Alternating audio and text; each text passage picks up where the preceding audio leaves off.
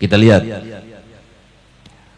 orang dahulu, umat dahulu kalau dapat ghanimah peperangan itu harus diletakkan satu tempat, kemudian Allah menurunkan api, habis dibakar. Orang dahulu, umat dahulu kalau mau bertobat dari dosanya, maka dikumpulkan dulu beberapa orang yang mau bertobat. Setelah ada beberapa orang bertobat, Allah turunkan awan sehingga mereka tidak melihat satu dengan yang lainnya, kemudian saling menusukkan dan mereka meninggal karenanya. Syaratnya untuk bertobat hanya satu, yaitu harus saling membunuh. Kita cukup kita bertobat dengan tobat dan Allah ampunkan dosanya.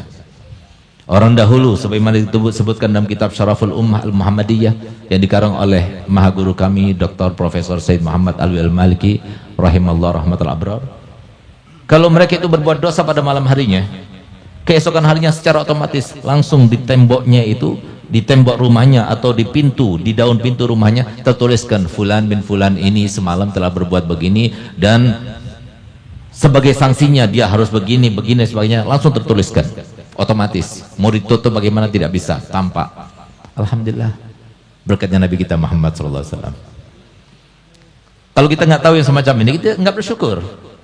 Lebih lagi kenikmatan yang lebih daripada itu, kenikmatan yang akan kita rasakan sebagaimana Nabi Muhammad SAW, nikmat yang abadi, kita akan dielu-elukan nanti secara otomatis. Walaupun kita tanpa usaha kita itu untuk diri kita saja di dunia, tapi lebih daripada itu kita akan mulia dan dimuliakan Allah Ta'ala nanti kelak nanti di akhirat. Secara terpaksa ataupun dengan usaha, maka yang terjadi kita itu akan mulia nanti di akhirat. Bagaimana kemuliaan kita? Kita akan menjadi artis, kita akan menjadi sorotan, kita akan menjadi tempat irian orang-orang yang dahulu, umat-umat yang dahulu. Karena apa? Karena setiap umat Nabi kita Muhammad nantinya akan dipanggil dalam suatu tempat, dimana ketika kita sudah dibangkitkan 70 sekian umat yang pernah ada, ketika sudah Allah bangkitkan kembali, ternyata banyak di antara mereka yang membangkang perintahnya, ahli maksiat, orang-orang fasik, bahkan orang-orang kafirnya lebih banyak daripada mereka yang taat kepada Allah Ta'ala. Murka Allah, tidak pernah murka melebihi daripada hari itu dan tidak pernah lagi murka setelah hari itu. Sehingga kemudian dipanggilnya para nabi yang berjumlah 124.000. Dipanggilnya para rasul, wahai para rasul, bukankah aku perintahkan kalian untuk menyampaikan amanahku kepada hamba-hambaku semuanya? Wahai para nabi, bukankah aku perintahkan kalian untuk memperagakan dan mempraktekkan apa yang disampaikan oleh para rasul sebagai contoh bagi umat? Mereka mengatakan, ya Rabb, kami sudah sampaikan, engkau lebih tahu. Spontan para umat itu berkata, tidak ya Rabb, kalau semua disampaikan oleh para nabi dan rasul ini, maka kami tidak menjadi seperti ini. Kami pasti akan taat kepadamu, pasti kami akan beribadah kepadamu, pasti kami akan berusaha untuk mengedepankan akhirat daripada keduniaan dan sebagainya. Dibohongkan oleh mereka.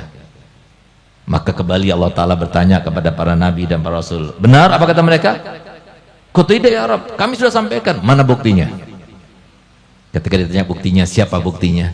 Serentak mereka mengatakan, kami punya bukti. Apa bukti kalian? Bukti kami adalah umatnya Nabi Muhammad. Siapa umatnya Nabi Muhammad? Sahabat Nabi. Siapa umatnya Nabi Muhammad? Para wali saja. Siapa umatnya Nabi Muhammad? Para habaib nih. Siapa umatnya Muhammad? Mereka yang ahli surga? Tidak, tapi semua yang tertulis dan termaktub sebagai umatnya Nabi Muhammad, maka mereka semuanya itu harus berkumpul, bersatu padu, memberikan kesaksian bersama-sama. Sehingga mereka semuanya akan menjadi sorotan bagi seluruh umat. Beruntungnya mereka yang menjadi saksi. Berkatnya siapa? Nabi Muhammad. Ditambah lagi, begitu kita dibangkitkan dari kubur kita masing-masing, kita sudah berbeda dengan yang lainnya.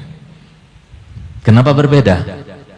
Lagi-lagi karena amal ibadah kita, karena kita termasuk ahli wudhu? Tidak sama sekali. Lagi-lagi jawabannya karena kita sebagai umatnya Nabi Muhammad. Semua kemuliaan diberikan, dimanjakan oleh Allah Ta'ala untuk umatnya Nabi Muhammad.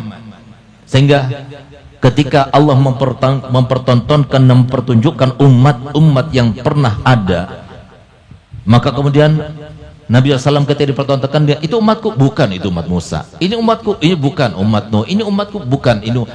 Sehingga kemudian kamu lihat tuh umatmu, dilihat banyak.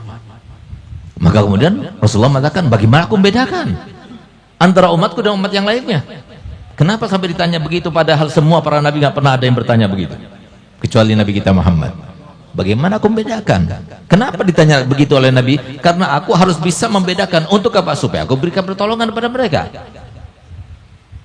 Itu maksudnya Nabi SAW bertanya kepada Allah dan memohon, bagaimana aku bisa membedakan mereka? Maka dijawab oleh Allah Ta'ala, mereka berbeda dengan umat yang lainnya. Karena dari wajah mereka, tangan mereka, kepala mereka, kaki mereka tampak cahaya yang begitu tampak menyinari. Itu semuanya karena tempat-tempat wudhu mereka. Sehingga apa? Nanti begitu kita itu nanti tampil, walaupun kita di antara umat-umat yang lainnya, maka semua umat itu melihat, loh ini kok lain umatnya Nabi Muhammad, umatnya Nabi Muhammad, umatnya Muhammad. Berkat siapa? Nabi kita Muhammad.